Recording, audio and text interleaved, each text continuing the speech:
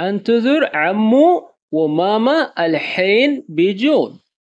लहज़ा लहज़ा का मतलब होता है यानी कि just a minute, just a moment, यानी कि एक लम्हा, रुको ज़रा। ठीक है ना, लहज़ा लहज़ा। ठीक है, अंतज़ुर यानी कि अंतज़ुर उनका इंतज़ार करो, किसका, अम्मू यानी कि चाचे का, वो मामा और माँ का।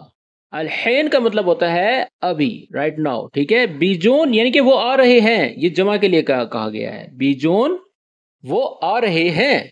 दोबारा से सुन ले, लहज़ा लहज़ा अंतज़ुर अम्मू व मामा अलहैन बीजून। उर्दू में ट्रांसलेशन बनेगी एक लम्हा या रुको रुको, चाचा और माँ का इंतजार करो, अभी आएंगे। ठीक है, इंग्लिश में बोलेंगे just a moment wait from my uncle and mom, they will come soon. ठीक है, तो ये थी दोस्तों आज की वीडियो। आज की वीडियो किस तरह से लगी मुझे कमेंट बॉक्स में ज़रूर बताइएगा। बाकी जितने भी व्यूवर वीडियोस देख रहे हैं, मुझे ये भी लाजमी बताया करें कि आप लोगों को वाकई में कुछ बात समझ में आ रही है या नहीं आ रही। ठीक है, बाकी जो लोग ऑनलाइन कोर्सेज करना चाहते हैं वो भी रब्ता कर सकते हैं, डिटेल्स ले सकते हैं कि क्या सिस्टम है, कब पढ़ाया जाएगा, क्या पढ़ाया जाएगा, वो तमाम मालूमात आप इस नंबर पर ले सकते हैं। तो ठीक है, फिर मिलते हैं इंशाल्लाह किसी और अच्छी वीडियो के साथ। अपना ख्याल रखें। ओके, अल्लाह हाफिज़।